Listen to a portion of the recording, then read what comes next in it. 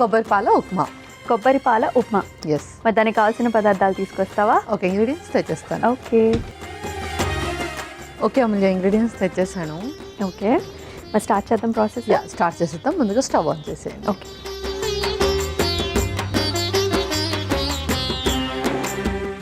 కొంచెం నూనె,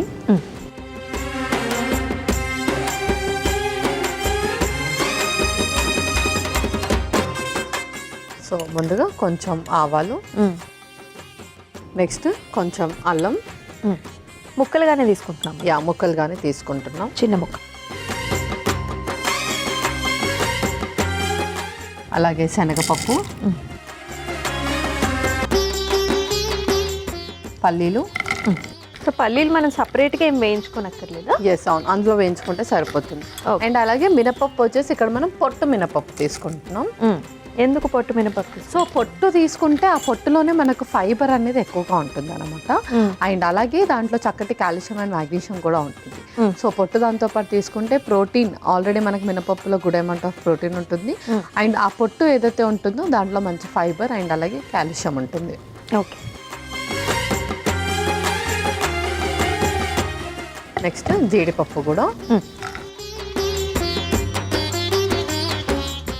అండ్ మనకి మూవీస్లో కూడా సరదాగా నీకు ఉప్మాలో జీడిపప్పు వచ్చిందా అని మాట్లాడుకుంటూ ఉంటాం కదా. సో కరివేపాకు. ఓకే. అండ్ ఈ అంటే డైటరీ ఇష్యూస్, అంటే డైట్ని ఫాలో అయ్యే వాళ్ళు జీడిపప్పుని సగటు ఒక రోజుకి తీసుకుంటే ఎన్ని తినచ్చు?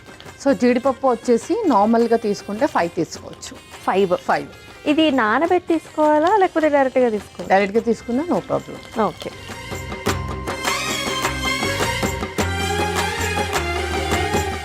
సో ఉప్మాలో జీడిపప్పు వచ్చినా 1-2 మించి తప్ప తినకూడదు. ఎస్. అలాగే ఇప్పుడు పచ్చిమిర్చి.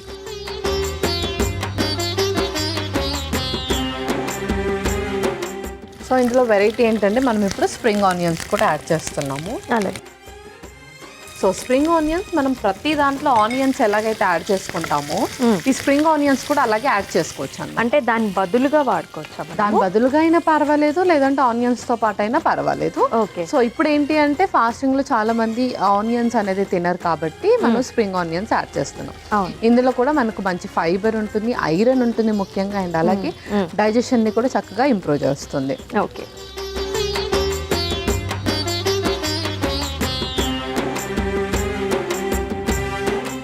ఇప్పుడు ఇందులోనే మనం వాటర్ వేసుకుందాం కొన్ని. అలాగే.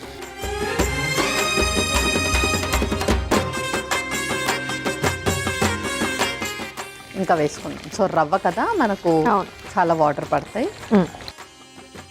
సరిపోతుందా? ఇంకొన్ని సరిపోతాయి.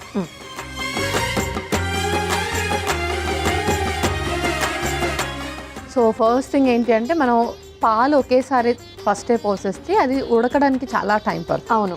సో ఇలా వాటర్ వేసుకొని ఒక 50% ఉడికాక అప్పుడు మనం పాలు వేసుకుంటే ఆ కన్సిస్టెన్సీ కూడా జారుడు కన్సిస్టెన్సీ లాగా వస్తుంది మనకు, సెమీ సాలిడ్ కన్సిస్టెన్సీ లాగా. ఓకే. సో ఇందులోనే మనం కొంచెం సాల్ట్ కూడా వేసుకుందాం. మెల్లిగా రవ్వ పోసుకుంటూ కలిపేసుకుందాం ఇప్పుడు. అలాగే.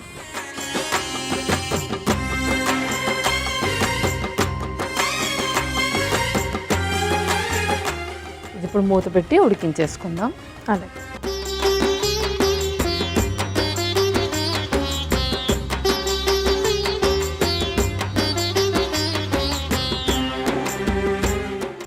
వావ్. సో ఉప్మా అయితే మనకు కావాల్సిన కన్సిస్టెన్సీ చక్కగా మెత్తగా తయారైపోయింది. ఇప్పుడు ఇందులోనే కొబ్బరి పాలు కూడా పోసేద్దాం. సో ఇప్పుడు వేసుకోవాలన్నమాట. నీళ్ళన్నీ ఇంకిపోయిన తర్వాత ఇప్పుడు వేసుకోవాలి. అండ్ ఇది ఈజీగా అబ్జర్వ్ చేసేసుకుంటుంది. ఎస్, అవును. ఒక 2 మినిట్స్లో మనకు అది అబ్జర్వ్ అయిపోతుంది. ఓకే.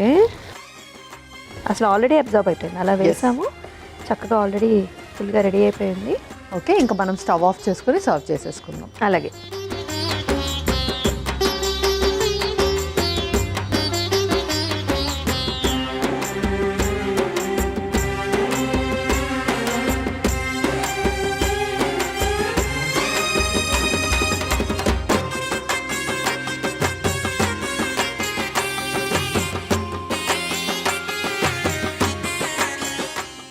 అలాగే కొంచెం కొత్తిమీరతో కూడా గార్నిష్ చేసేద్దాం.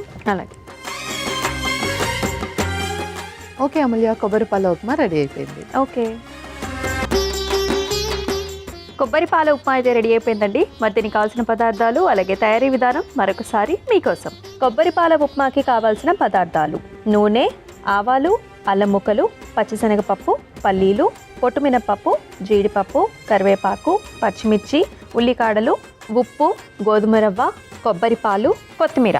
కొబ్బరి పాల ఉప్మా తయారు చేసుకునే విధానం: ముందుగా స్టవ్ ఆన్ చేసి ప్యాన్లో నూనె పోసి వేడైన తర్వాత అందులో ఆవాలు, అల్లం ముక్కలు, పచ్చిశనగపప్పు, పల్లీలు, పొట్టుమినపప్పు, జీడిపప్పు, కరివేపాకు, పచ్చిమిర్చి, ఉల్లికాడలు వేసి వేయించుకోవాలి. తర్వాత అందులో సరిపడా నీళ్లు, సరిపడా ఉప్పు, గోధుమ రవ్వ వేసి దగ్గర పడేదాకా ఉడికించుకోవాలి. తర్వాత కొబ్బరి పాలు పోసి కలిపి సర్వింగ్ బౌల్లోకి తీసుకుని పైనుంచి కొత్తిమీర వేసి సర్వ్ చేసుకుంటే కొబ్బరి పాల ఉప్మా రెడీ.